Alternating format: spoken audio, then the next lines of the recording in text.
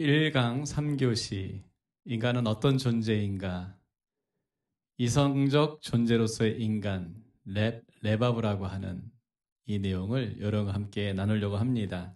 구약에서 레바브는 상당히 많이 쓰였습니다. 각각 600회와 250회 사용됐으니까 굉장히 많이 사용이 됐죠. 다양한 의미로 번역이 됐습니다. 마음이라고 하는 단어로 번역 많이 됐고요. 심장, 이성, 의지, 또 때때로 이것이 이제 인격을 뜻하기도 합니다. 마음으로 번역된 대표적인 구절은 창세기 17장 17절입니다.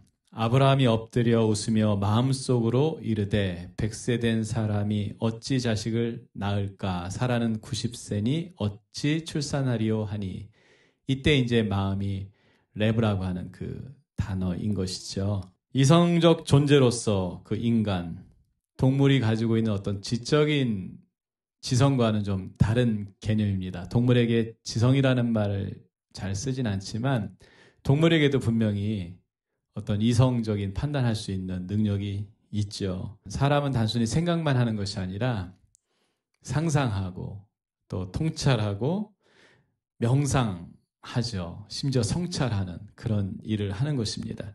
다양한 사고를 할 수가 있어요. 이렇게 하나님께서 인간을 이성적 존재로 처음부터 창조하신 이유가 있다고 저는 생각합니다. 사무엘상 12장 24절에 보면은 너희는 여호와께서 너희를 위하여 행하신 그 큰 일을 생각하여 오직 그를 경외하며 너희 마음, 이때 마음을 레바브입니다. 마음을 다하여 진실이 섬기라. 하나님께서는 인간과 교제하신다고 할 때 무엇에 근거해서 인간과 교제하실까? 이런 이성이 없다면, 단순히 동물들이 가진 그런 지적인 면만 있다면, 그런 능력만 있다면 하나님과 인격적인 만남을 가질 수가 없는 것입니다.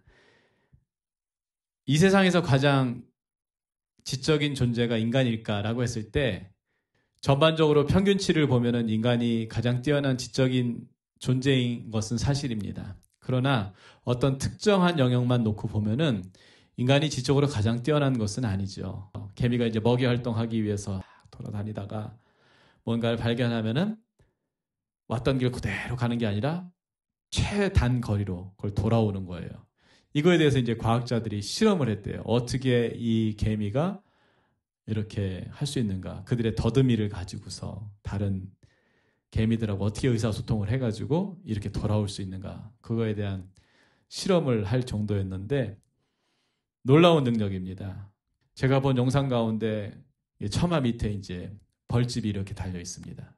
개미가 이제 그 벌집에서 알을 꺼내 먹고 싶은 거예요. 그런데 거기에 나무가 이렇게 하나 걸쳐져 있었는데 그 나무에서 직접 뛰어내릴 수가 없습니다. 그러면 이 개미들이 포기를 할 줄 알았는데 포기하는 것이 아니라 그 나무에 개미가 매달리기 시작했어요. 점점 매달립니다. 그 다음에 이제 가운데쯤 오니까 개미가 많이 매달려요. 굵게. 무게를 버티기 위해서 굵게. 그러면서 여기서부터 무슨 사다리 타고 올라가듯이 이렇게 쭉 타고 올라가는 거예요. 이렇게. 벌집을 향해서 쭉 타고 올라갑니다.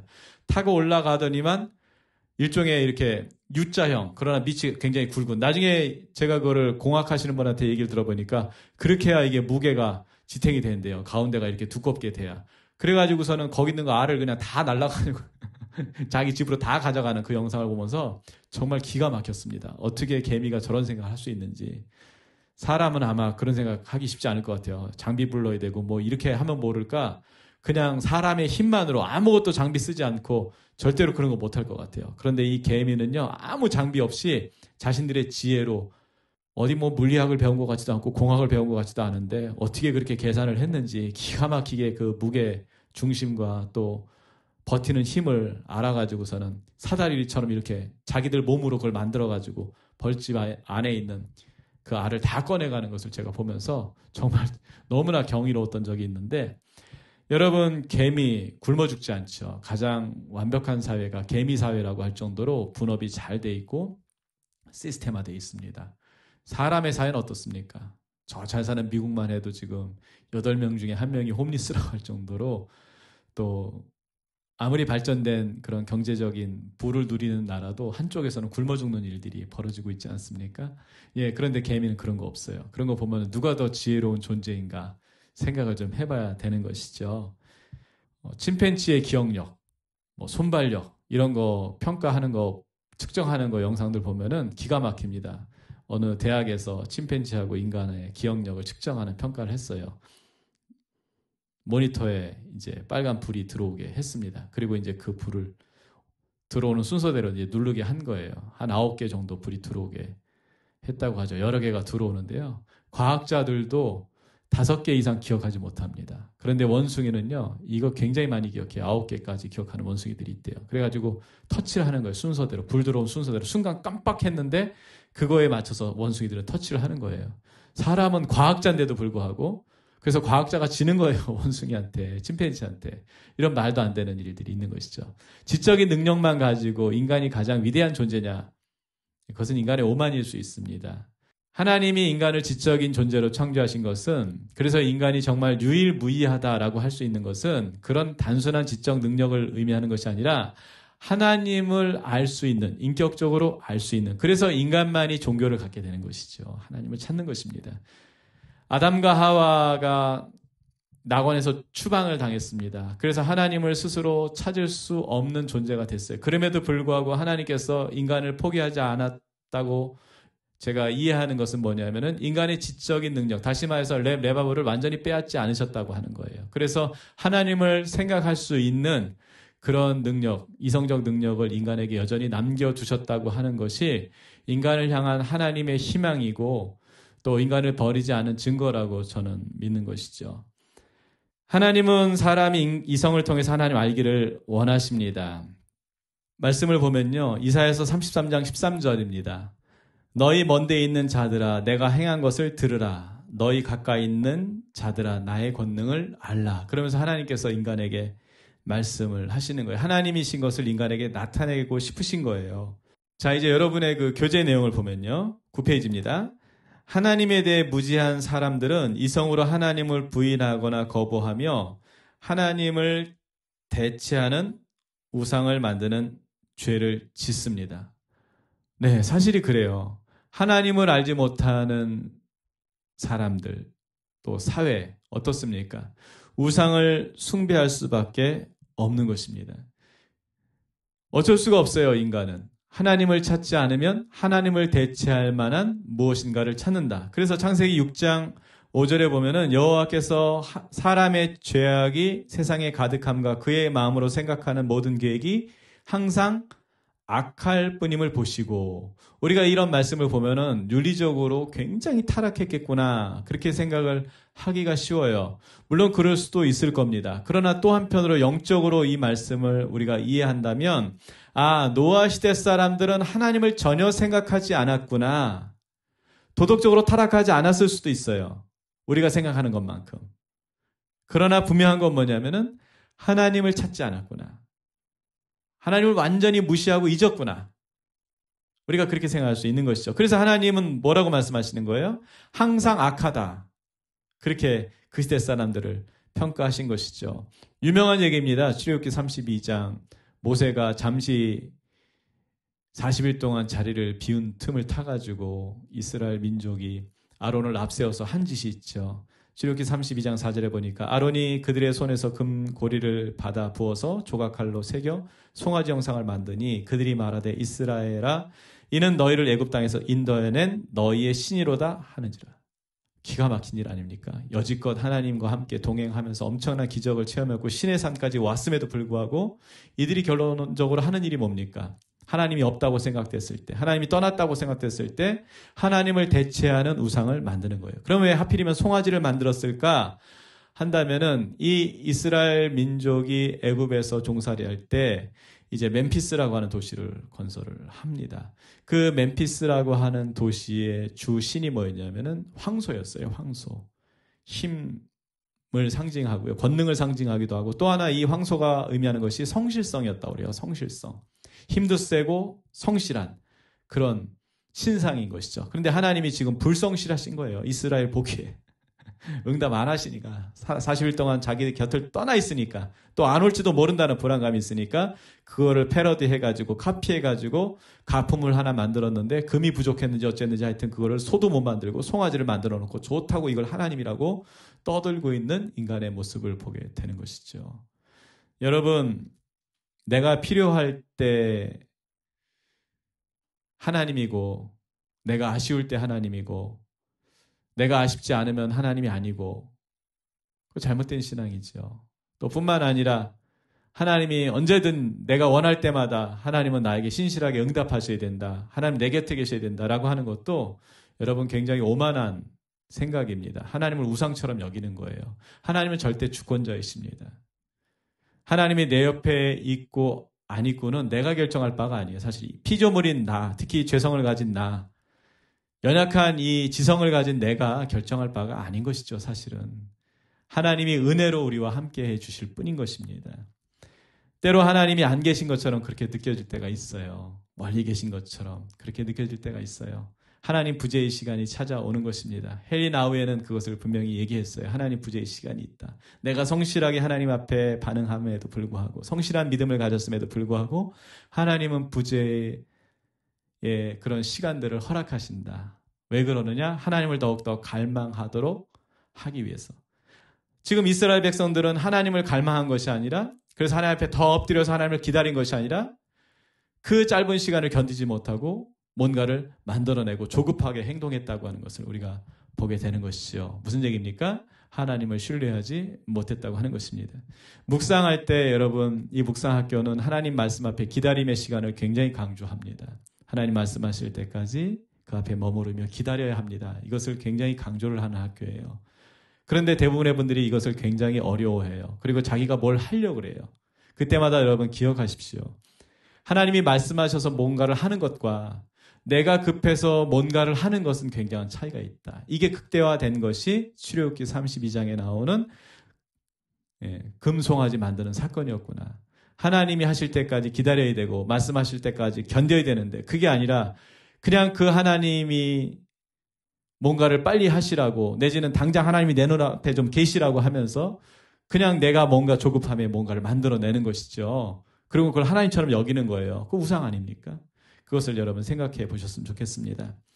이사야서 44장 이렇게 말씀합니다. 그는 자기를 위하여 백향목을 베어 디르사 나무와 상수리 나무를 취하며 숲의 나무들 가운데서 자기를 위하여 한 나무를 정하며 나무를 심고 비를 맞고 자라게도 하느니라. 이 나무는 사람이 땔감으로 삼는 것이거늘 그가 그것을 가지고 자기 몸을 덮게도 하고 불을 피워 떡을 굽게도 하고 신상을 만들어 경배하며 우상을 만들고 그 앞에 엎드리기도 하는구나. 참 기가 막힌 것이죠. 인간을 위해서 주신 나무를 가지고 인간이 그것을 가지고서 또 우상을 만들어 놓고 거기에 종속이 되고 절을 하고 예배를 하는 그런 말도 안 되는 그런 일을 하는 것을 하나님은 너무나 안타까워하시는데, 그 이유가 뭘까? 우리의 이성으로, 우리의 지성으로 하나님을 찾지 않으면, 그래서 하나님이 하나님이신 줄 모르면 이런 일이 벌어진다고 하는 것입니다. 성령께서 우리 안에 거하시면서 역사하시는 구체적인 영역 어딜까 생각을 해봤습니다. 우리가 지정의라고 하는 것을 여러분 알고 계실 거예요.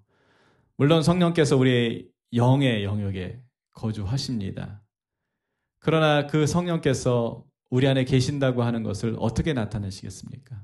우리의 의지가 알까요? 아니면 여러분 감정으로? 어떤 분들은 너무 감정적인 신앙생활 추구한다고 그러죠. 그게 뭡니까? 하나님이 함께 하실 때 어떤 평안, 하나님이 함께 하실 때 어떤 기쁨, 또 심지어 어떤 분은 하나님 함께 하시면 내게 큰 웃음을 주신다. 아니면 하나님이 내게 임재하셨을 때 나는 이상하게 그렇게 눈물이 나더라. 그러면서 어떤 감정적인 것에 자꾸 하나님을 가두려고 하는 분들을 제가 봅니다.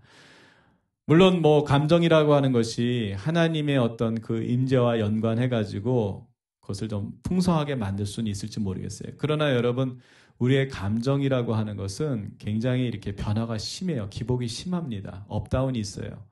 그렇죠? 우리가 에베소서 1장 17절로 19절 말씀을 읽으면서 하나님의 영이신 성령이 우리 안에서 역사하실 때 어떤 영역에서, 지정의 가운데 어떤 영역에서 역사하시는지를 확인하게 되는데요. 말씀을 좀 같이 읽어보겠습니다.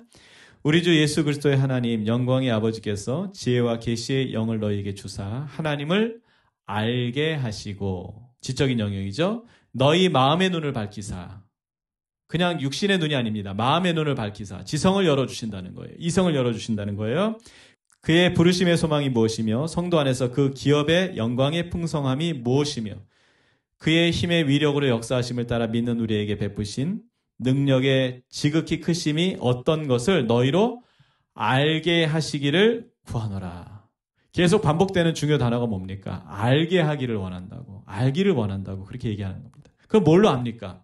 당연히 이성으로서 아는 것이죠. 그렇기 때문에 여러분, 그리스도인이 하나님을 어디서 만날 수 있을까라고 한다면은 첫 번째 답은 하나님 말씀을 통해서 우리가 하나님을 만나게 된다. 하나님은 말씀을 통해 증거가 됩니다. 삼위일체 하나님은 말씀을 통해 분명히 증거가 돼요. 그러나 그 말씀은 역으로 하나님을 통해서 증명이 되기도 하고 또 그 말씀이 될 수 있도록 역사하시는 분은 하나님이라고 하는 사실을 우리가 이해를 해야 할 것입니다. 우리가 하나님 말씀을 읽잖아요. 왜 읽습니까? 간단합니다. 하나님을 알기 위해서 읽는 것이죠. 다시 말해서 하나님 말씀은 하나님이 어떤 분이신지를 나타내는데 그런데 그러면은 모두가 다 이것을 읽는다고 해가지고 하나님을 아느냐? 그렇지 않다는 거예요. 성령을 의지해서 우리가 말씀을 읽지 않으면 예수 그리스도에 대한 신앙 고백과 성령을 의지함으로 말씀을 읽지 않으면 하나님을 알 수가 없는 것입니다. 그러므로 말씀이라고 하는 것은 분명히 하나님을 증거하지만 그러나 결국 하나님께서 말씀을 말씀되게 하신다. 그래서 그 말씀을 통해서 하나님을 만나게 하시고 하나님을 알게 하시고 하나님을 경험토록 하신다고 하는 것을 우리는 이미 여러 차례 경험했고 또 이 묵상이라고 하는 것이 그런 것입니다. 하나님 말씀을 통해서 하나님을 만나는 단계까지 여러분 나가시게 되는 것이죠. 하나님 말씀이 우리 안에 계신 성령님과 인격적으로 만날 수 있는 만남의 장소라고 하는 것 우리가 부정할 수가 없는 것이죠. 성령님은 특별히 말씀이 우리 이성에서 깨달아지도록 또 이해할 수 있도록 그렇게 역사를 하시죠. 우리가 이것을 신학적 표현으로 성령의 조명하심이라는 표현을 쓰기도 하고 또 감화 감동이라는 표현을 쓰기도 합니다. 그것이 다 이성에 의해서 이제 이루어지는 것이고 그것이 이제 인식되는 것인데 여러분 성령의 조명하심이라는 것은 간단합니다. 지금 제가 촬영을 하기 위해서 여기 조명을 사실은 생각보다 많이 켜놨습니다. 여러분 안 보이셔서 그렇지. 근데 이걸 다 끄는 거예요. 그러면 어떻게 되느냐. 캄캄한 데서 카메라가 아무리 작동을 해도 저의 형체조차도 잡히지 않을 겁니다. 여기 진짜 껌껌하거든요. 다 끄면은. 아무것도 보이지 않을 거예요. 그러나 이제 불을 켜는 거예요. 하나씩 불을 켜는 거예요. 그리고 다 켰습니다. 그러면 이제 영상에 제가 드러나는 것이죠. 성경 말씀 이미 하나님에 대해서 증거하고 있어요. 그런데 왜 하나님을 못 만나느냐? 간단합니다. 성령께서 우리 이성에서 말씀을 조명해 주셔야 비로소 이것이 우리에게 살아있는 어떤 의미로서 다가오기 시작하는 것입니다. 저는 묵상하면서 정말 그런 거 많이 경험했어요. 많이 읽었습니다. 성경을. 저는 성경을 100독 이상 하나님의 은혜 가운데 읽는 그런 시간들이 있었어요. 묵상 이후로 2017년도 이후로 이제 그런 매일 성경을 읽어가지고 5년 안에 이제 100독을 하는 그런 은혜죠. 정말 은혜를 누렸는데 100번 읽었으니까 모든 말씀 다 알 것 같고 그냥 지나치는 말씀이 없을 것 같고 절대 그렇지 않습니다. 100번 읽었음에도 불구하고 여전히 정말 어린아이와 같다는 생각이 들어요. 미련한 어린아이 말씀 앞에서는. 그리고 정말 새로운 말씀들이 많다는 걸 깨닫게 되는데 특별히 묵상할 때 야 이런 말씀이 있었어? 아니 내가 그렇게 많이 읽었는데 어떻게 이런 말씀이 여기 있었지? 이 말씀이 이런 내용이었어? 이런 의미였어? 야 나 이거 왜 이렇게 새롭지? 이거 정말 많이 경험하는 바예요. 왜 그럴까요? 성령이 조명해 주시기까지 사실은 우리가 기록된 말씀, 기록되어 있음에도 불구하고 말씀을 그냥 간과할 때가 많이 있다. 감화 감동 역시 마찬가지예요. 말씀의 은혜를 받았다는 것은 내가 이 말씀을 통해서 감화 감동. 그 감화 감동의 내용이 뭡니까? 하나님을 경험하는 것일 거고요. 하나님의 성품에 대해서, 하나님의 신성에 대해서 보면서 내가 이 마음적으로 고무가 되는 것이죠. 그런 것이 감화 감동일 수 있습니다. 하나님의 어떤 그 성품들을 말씀을 통해서 이제 경험하는 것이고요. 더 깊은 감화 감동은 뭐냐면요. 이 말씀 안에 나를 향한 하나님 아버지의 마음이 전해질 때가 있어요. 저는 묵상하면서 참 그거 많이 경험하고요. 이 묵상학교는 그거를 또 권장합니다. 그래서 저는 말씀을 읽을 때 깨닫게 된 방법이 있어요. 알게 된 방법. 말씀 읽기에 여러 가지 방법론들이 있는데 저는 관계적 읽기가 굉장히 중요하다고 봐요. 관계적 읽기. 관계적 읽기의 핵심이 뭐냐? 하나님 아버지의 마음이 무엇이냐? 연애편지 생각하시면 돼요. 여러분 연애편지를 탁 읽습니다. 저는 아내랑 군대에서 연애편지 참 많이 주고받았어요. 신학교 1학년 때 제가 아내를 만났거든요. 그리고 그 아내가 첫사랑이고 그 아내와 결혼을 했습니다. 그 아내가 군대에서 제가 26개월 군생활 할 때 정말 기다려줬어요. 그냥 기다려주는 게 아니라 편지 참 많이 보내줬어요. 저도 편지 아내에게 참 썼습니다. 그 편지 그 상자에 잘 보관하고 있어요. 어쩌다 한 번씩 뭐 자주는 아니지만 몇 년에 한 번씩이라도 제가 그거 읽어볼 때 있어요. 그리고 그때 그 마음이 막 느껴지는 거예요. 왜냐하면 진심으로 썼기 때문에. 정말 진심으로 썼거든요. 아내를 사랑하기 때문에. 또 아내도 마찬가지고요. 그래서 그때 표현 하나하나 읽어보면 지금도 참 마음이 따뜻해지고 행복해집니다. 여러분 연애편지 무엇을 읽어야 됩니까? 문학은 행간을 읽어야 된다고 그러는데 논술 잘하려면 의도를 알아야 되는 것이고 문학을 잘하려면 행간을 잘 읽어야 된다고 얘기하는데 저자의 의도 잘 읽어야 된다고 그러는데 여러분 그 정도가 아니죠. 성경은요. 하나님 마음을 읽어야 되는 것입니다. 그냥 읽는다는 의미가 아니라 마음이 와 닿아야 되는 거예요. 아버지의 마음이 와 닿아야 되는 거예요. 예수님의 마음이 막 와 닿아야 되는 거예요. 성령님의 마음이 막 와 닿아야 되는 거예요. 그래서 사랑에 관한 말씀을 읽는데 그냥 맹맹한 거예요. 냉랭한 거예요. 무슨 의미가 있습니까, 여러분 그게. 근데 성령께서 감화 감동을 주신다는 게 뭐예요? 그 말씀에 나를 향한 아버지의 마음이 있다는 것을 알게 되고 그 마음이 막 내 안에 막 흘러오기 시작하면서 내 마음과 동화가 되면서 막 느껴지기, 그러면 어떻게 됩니까, 여러분? 심장이 막 터질 것 같고, 어쩔 때는. 너무 기쁘기도 하고, 너무 감격스럽기도 하고, 때로는 아버지의 마음, 세상을 보는 아버지의 마음 때문에, 슬퍼하시는 아버지의 마음, 아파하시는 아버지의 마음은 너무 마음이 아프기도 하고, 아버지의 마음이 나의 마음과 하나가 되어서, 내 마음이 아버지 마음 되고, 아버지 마음이 내 마음 되고 하는 그것. 그것이 여러분, 하나님과의 하나됨 아니겠습니까? 그것이 말씀에 대한 감화 감동을 통해서 우리 안에 일어나는 것이죠. 자녀를 키우면서 제일 행복한 게 뭡니까? 자녀의 마음과 부모의 마음이 일치할 때. 정말 행복하지 않습니까? 부부가 행복한 게 뭐예요? 남편과 아내의 마음이 일치할 때, 하나 될 때 얼마나 행복합니까? 교회도 마찬가지 아니에요? 목사와 성도의 마음이 하나 될 때, 서로 일치할 때 얼마나 아름답고 행복한 교회가 됩니까? 얼마나 신앙생활이 즐겁습니까? 마찬가지로 여러분 말씀과 하나 된다는 것의 가장 기본이 뭐냐? 성령의 감화 감동을 통해서 아버지의 마음을 느끼기 시작할 때서부터 말씀과 하나 되기 시작하는 것입니다.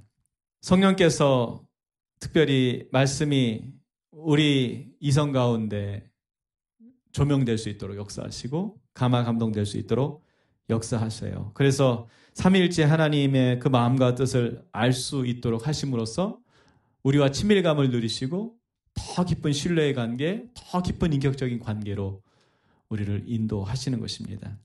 시편 43편 3절에 보니까 주의 빛과 주의 진리를 보내시어 나를 인도하시고 주의 거룩한 산과 주께서 계시는 곳에 이르게 하소서 이렇게 말씀하고 있어요.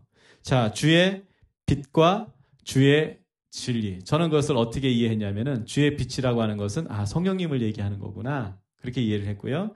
주의 진리라고 하는 것은 하나님의 말씀을 의미하는 거구나. 그렇게 이해를 했습니다. 말씀과 성령입니다. 이것을 통해서 결국 목적지가 어디입니까? 하나님이 계시는 거룩한 산. 어디입니까? 우리 마음의 그 성소. 지성소죠. 그 지성소에 이르게 되는 것입니다. 자, 하나님이 인간을 이성적 존재로 지으신 것은 하나님 말씀을 듣고 이해하기 원하셨기 때문입니다. 하나님과 인격적인 관계는 말씀 앞에 앉아서 성령을 의지하며 말씀을 경청함으로 시작이 됩니다. 여러분, 인간관계에 있어서 신뢰하는 인간관계 하려면요. 두 가지를 반드시 하셔야 됩니다. 하나는 상대방의 말을 반드시 경청을 해주셔야 돼요. 그래서 저 사람이 지금 무슨 말을 하고 있는가, 어떤 마음으로 저런 말을 하고 있는가, 그거를 알아야 되고요. 거기에 대한 공감을 해줘야 되고요. 또 하나는요. 중요한 일만 함께 하는 게 아니라 사소한 일을 같이 해야 된대요. 그러면은 친해진대요. 하나님과의 관계도 마찬가지입니다. 여러분 말씀 앞에 앉는 거예요. 뭐 엄청난 일을 하려고 주님 제가 이번 주에 어디 전도 나가야 됩니다. 선교 나가야 됩니다. 그러니까 말씀 없어서 그거는 비즈니스적인 관계인 거예요. 비즈니스 관계. 또는 뭐 기도 응답 받아야 되니까 지금 뭔가 결정해야 되니까 그러니까 하나님 말씀이 필요하다. 그러니까 하나님 필요하다. 여러분 그것은 비즈니스 관계입니다. 하나님은 우리를 사업 파트너로 부르신 것이 아니라 우리를 자녀로 가족으로 부르셨어요. 이걸 꼭 명심하십시오. 그러니까 하나님과의 친밀감에 있어서 무엇이 제일 중요할까라고 했을 때 제일 중요한 것은 하나님 말씀에 귀를 기울이는 것입니다.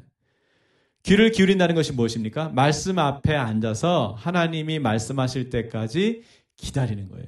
묵상학교에서 제일 중요한 훈련이 뭐냐? 말씀 앞에 앉아 있는 것입니다. 그래서 이번 주간에 여러분 첫 주서부터 이제 한 주간 매일 말씀 앞에 5분씩 머무는 것 훈련하실 겁니다. 첫 주간은 5분씩 머물고 그 다음 주간은 10분씩, 3주차서부터는 15분씩 말씀 앞에 머무는 거예요. 그럼 머문다는 게 뭐냐면은 성령을 의지해서 성령님 이 말씀을 통해서 저에게 무엇을 말씀하시렵니까? 제가 듣겠습니다. 그리고는 여러분 마음에 어떤 조명이나 감화 감동이 올 때까지 기다리는 거예요. 왔어요. 함부로 일어나지 마세요. 상대방에게 여러분 듣고 싶은 말을 들었어요. 그러니까 이제 듣자마자 아유 감사합니다. 제가 듣고 싶은 말 들었네요. 이제 잘 가세요. 다음에 또 만나요. 저 지금 바쁩니다. 갑니다. 여러분 이래가지고는 관계가 형성되지 않잖아요. 예, 충분히 어쨌거나 앉아가지고 더 시간을 보내야죠. 맥시멈 5분, 미니멈 5분입니다. 첫 주기 때문에. 최대 5분, 최소 5분. 5분 동안 매일 묵상하셔야 될 말씀 한 절씩 나갑니다. 그거에 대한 양식이 이제 또 같이 나갈 텐데요. 이 내용들을 가지고서 여러분 5분씩 뭐 적는 거 아닙니다. 일단은 5분 동안 그냥 앉아 있는 거예요. 그리고 하나님이 나에게 이런 감화 감동을 주셨다. 그러면 이제 5분 지난 다음에 그것을 한번 적어 보시는 겁니다. 또는 이런 조명하심이 있었다. 이래서 이런 깨달음이 왔다라고 한다면은 그걸 적어 보는 겁니다. 감화 감동은 어디에 포커스 맞추라고 그랬죠? 이 말씀을 통해서 하나님 아버지의 이런 마음이 느껴졌다. 이제 거기에 한번 포커스를 더 보시고요. 그 다음에 이제 그 조명하심이라고 할 때 그 조명하심은 이런 것들이 깨달아졌다. 내가 이전날 이런 거 잘 몰랐는데 이런 거 깨달았다. 내지는 내가 이전날 이런 거 알았지만 이것이 다시 한번 새롭게 나에게 다가왔다. 재확인됐다. 라고 하는 이런 것들을 여러분 이제 한 문장 정도로 내지는 두 문장, 세 문장으로 간단하게 될 수 있으면 이제 적어 봄으로써 이제 워밍업을 하시는 겁니다. 묵상을 본격적으로 하기 위해서 이제 이런 것들을 하시는 거고요. 분명한 것은 첫 주서부터 이걸 안 하시면 여러분 2주, 3주차 또 그 이상 가셔가지고 점점 묵상이 어려워질 거예요. 네, 인생을 여러분 여기다가 시간을 투자하셔야 됩니다. 이 학교에서 진행되는 이 프로세스를 잘 따라오시면 여러분 묵상을 맛볼 수가 있습니다. 그리고 실제로 묵상을 하시게 될 거예요. 그런데 이걸 무시하고 그냥 강의 영상 들으면서 그냥 은혜 받는 정도로 그치면요. 저희가 유튜브로 하기 때문에 이게 다 이미 시간적으로 통계가 나와 있어요. 마지막 가시면 강의도 안 들으세요. 5분, 10분 그냥 끝. 그렇게 하시면 여러분 정말 큰 손해를 보시는 것입니다. 그러므로 여기에다 좀 집중을 하셨으면 좋겠고요. 말씀 앞에 홀로 앉아서 듣고 기다리는 그 기다림과 머무름이 하나님과의 그 친밀한 관계로 나아가는 첩경인 것입니다. 다른 지름길이 없어요. 말씀 앞에 앉아서 기다려야 하는 것입니다. 요한복음 10장 27절에 보면은 내 양은 내 음성을 들으며 나는 그들을 알며 그들은 나를 따르느니라 이렇게 말씀을 하고 있습니다. 여기서 굉장히 중요한 것이 뭐냐면 여기에 사용된 동사들의 시제입니다. 듣는다고 하는 것, 안다고 하는 것, 따른다고 하는 것. 여러분 이게 다 현재 시제인데 헬라어 문법에서 이 현재 시제가 의미할 때 맥락적으로 현재 진행의 의미를 나타낼 때가 있어요. 근데 여기 다 현재 진행의 의미입니다. 우리가 예수님의 음성을 듣는다고 할 때 그것은 현재형이어야 됩니다. 들었기 때문에 예수님이 나를 아시는 거예요. 그것도 현재적으로 아시는 거예요. 자, 그럼 어떤 일이 벌어지냐면 내가 현재적으로 예수님을 계속 따라갈 수밖에 없는 것입니다. 제가 양을 치는 그 영상들을 유심히 많이 찾아봤습니다. 그 목동이 자기가 어떻게 양을 불러 모으는지 그 소리가 있습니다. 그 관광객들이 그걸 따라 해보는 거예요. 심지어 어떤 사람은 거의 유사하게 그 목동의 소리를 냅니다. 그런데 놀라운 게 뭐냐면요. 양들은요. 어떤 소리를 내도 심지어 막 고함을 치고 막 소리 질러도요. 꼼짝도 하지 않아요. 다 고개 쳐박고 자기 할 일을 그대로 하고 있어요. 그런데 그 목동이 어떤 소리를 내니까요. 평상시에 듣던 그 소리입니다. 그 소리가 나오니까 갑자기 양들이 고개를 딱 쳐드는 거예요. 그러더니 고개를 갑자기 그 목동을 해서 딱 돌리는 거예요. 그러더니 그냥 다 모여드는 걸 봤어요. 야, 뭐 양들도 뭐 BTS가 있는 것 같아요. 그 칼군무라고 칼군무. 그러면서 제가 그때 확인했던 게 뭐냐면요. 뭐 다른 목자가 아닌 사람들은요. 막 소리를 아무리 내도 무시하는 거. 야, 양이 사람 무시하는. 그걸 제가 그때 확인을 했었는데 요한복음 10장 27절에 보니까 주님의 음성을 듣는 우리는 반드시 주님을 따르게 되어 있습니다. 자동이에요. 여러분, 믿음의 길, 주님의 음성 들으면 되는 거예요. 그럼 나도 모르게 그걸로 가는 거예요. 아멘이십니까? 이걸 내가 가겠다고 하니까 어려운 거예요. 내 의지로 쫓아가겠다고 하니까 잘 안 되는 거예요. 그냥 음성 들으면 글로 갈 수밖에 없는 거예요. 순종이요. 여러분 생각해 보세요. 내가 정말 하나님의 음성을 들었어요. 순종 안 하고 버틸 수 있을 것 같으세요? 이거 쉽지가 않습니다. 음성을 안 들으면 가능해요. 음성을 못 들었으면은 내 의지와 하나님의 의지가 싸웠을 때 내가 이길 수가 있어요. 내 감정과 어떤 하나님의 감정이 싸웠을 때 내 감정이 이길 수 있어요. 그러나 음성 들으면 그때서부터 끝이에요. 성경의 인물 가운데 하나님의 음성 들었는데 하나님께 불순종한 인물들이 몇이나 됩니까? 거의 불가능한 일이에요. 예수님께서 우리에게 말씀하셨어요. 내 양은 내 음성을 들으며. 주님께서 분명하게 이렇게 말씀을 하신 것입니다. 그러면서 고린도 전서 1장 9절에 보니까 너희를 불러 그의 아들 예수 그리스도 우리 주와 더불어 교제하게 하시는 하나님은 미쁘시다. 이렇게 말씀을 하고 있어요. 하나님과 교제하는 거예요. 여러분 교제는요. 쌍방통행입니다. 일방통행이 아니에요. 묵상은요. 처음에는 일방통행일 수 있어요. 내가 하나님 앞에 앉아서 처음에 하나님 주신 음성을 듣는 그 단계. 그냥 처음에 듣기만 해도 너무 좋아요. 그러나 여러분 시간이 지나면요. 듣는다는 의미가 새롭게 해석될 겁니다. 그게 뭘로 다가오냐면요. 이제 하나님 마음을 알았어요. So what? 그래서 어쩌라고요. 제가 하나 된다고 그랬잖아요. 이거 하나 되면 의미가 뭡니까? 아버지를 위로하기도 하고 아버지의 마음과 이제 하나 되는 그래서 교제하게 되는 그런 어떤 일들이 벌어지게 되는 것이죠. 그랬을 때 여러분 하나님의 영광의 실체를 우리가 보게 될 것입니다. 정말 하나님과 교제하지 않았으면요. 교제 없는 사람은요. 하나님의 영광이 무엇인지 잘 몰라요. 하나님의 영광이 무엇인지를 모르면 어떤 일이 벌어지냐면은 세상의 영광을 취할 수밖에 없어요. 물론 입에는 발린 소리를 할 수가 있어요. 하나님의 영광을 위해서 살아야 된다. 웨스터민스터 신앙 고백 교리가 그거잖아요. 첫 번째 교리의 내용이 뭡니까? 가장 중요한 교리가 뭐예요? 우리가 하나님의 영광을 위해서 존재한다고 하는 것. 그것이 가장 중요한 그리스도인의 사명이고 또 존재 이유라고 분명히 교리적으로 우리가 알고 있습니다. 그런데 그것은 교리일 뿐이고 실제로 그런 삶을 사느냐. 만약 하나님의 영광을 추구한다면 우리가 세상의 영광 따위에는 관심을 갖지 않을 거예요. 제가 2016년도 7월에 청년들하고 영국에 이제 비전 트립을 같이 갔어요. 그때 같이 갔을 때 어딜 갔었냐? 화이트 캐슬, 런던에 있는 화이트 캐슬에 갔었습니다.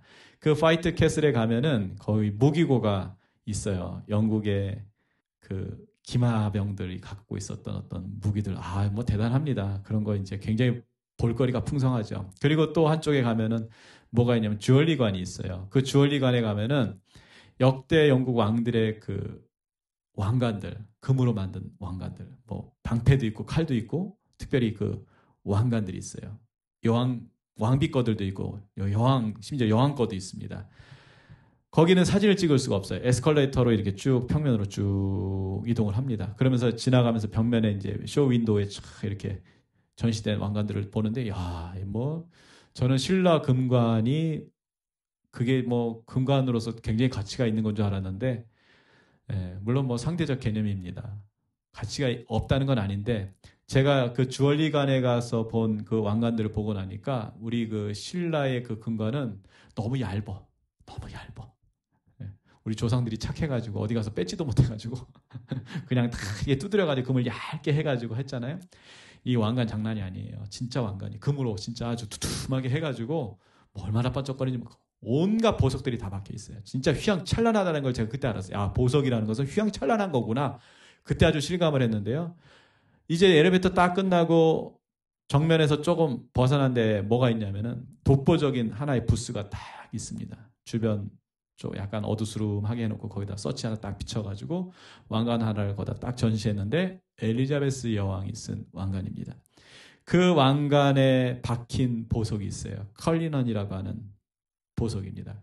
컬리넌 2인데 314캘러트짜리 다이아몬드가 거의 박혀 있어요.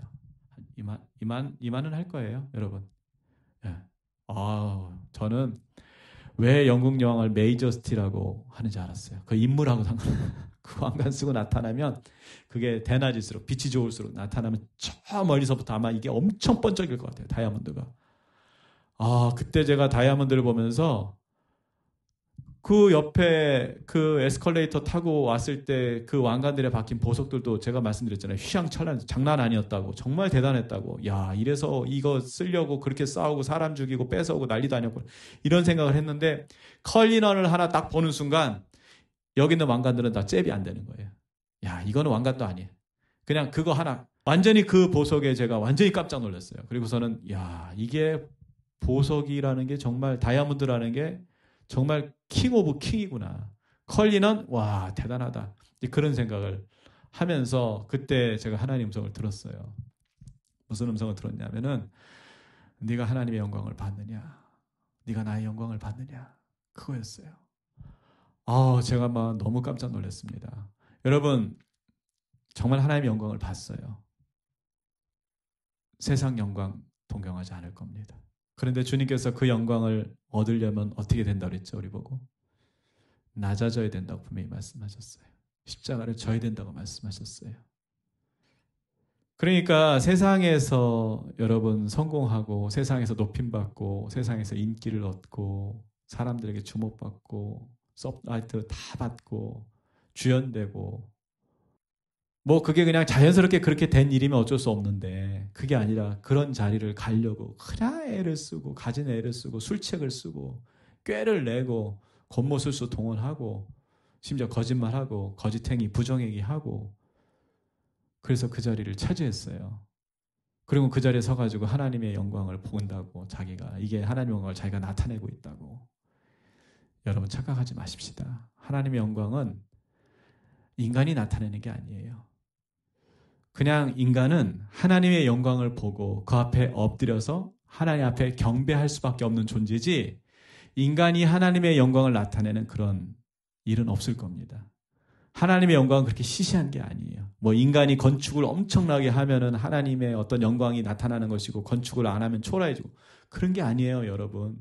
뭐 우리가 그냥 하나님의 영광을 노래하면 하나님의 영광이 무슨 에너지처럼 쌓여서 삐비비비비비비 올라가가지고 이게 막 만땅이 되면은 그때 하나님의 영광이 반짝 후레쉬 터지듯이 그렇게 터지고 우리가 뭐 예배 안 하고 찬양 안 하고 하나님의 영광이 감소돼가지고 막 떨어져가지고 막 방전이 돼가지고 하나님의 영광 안 나타나고 여러분 혹시 그렇게 생각하십니까?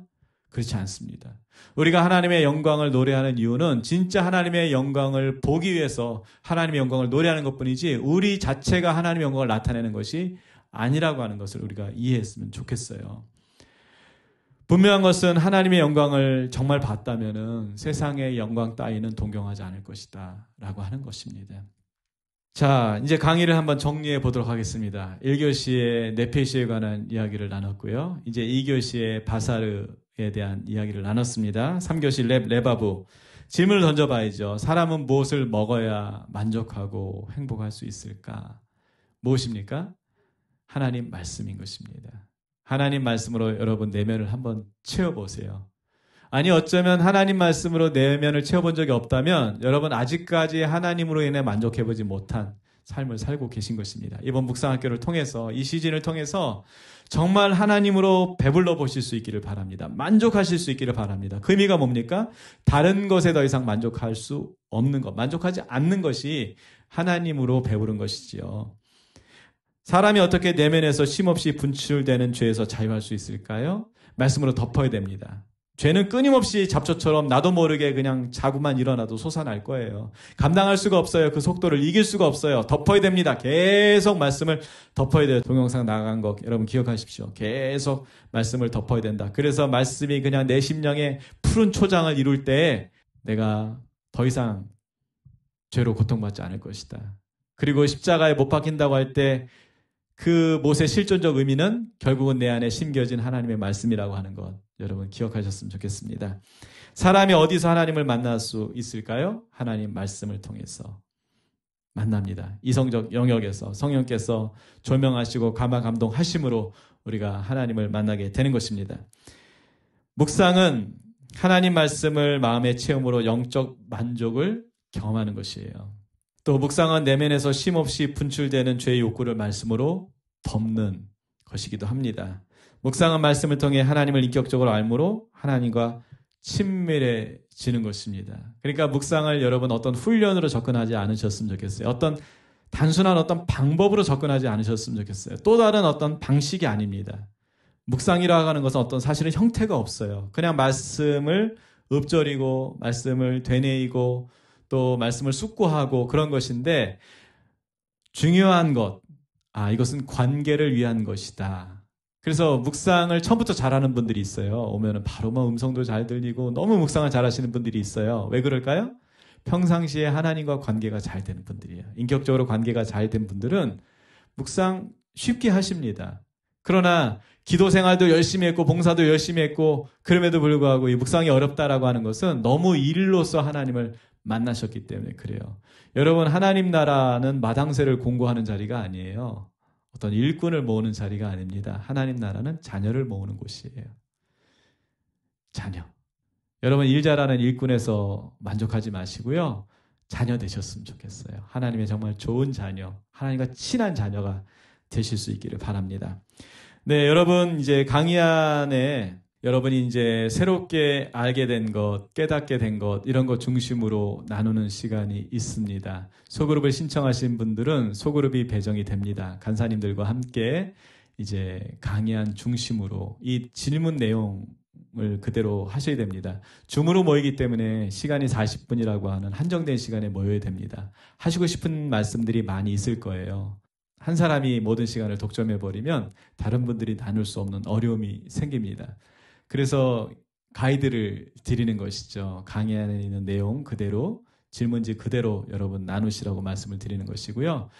마찬가지로 여러분 말씀도 마찬가지입니다. 강의 안에 나와 있는 내용 한 구절 한 구절을 하루 몇 분이요? 맥시멈 5분, 미니멈 5분. 그런데 나는 하나님과 이미 친해요.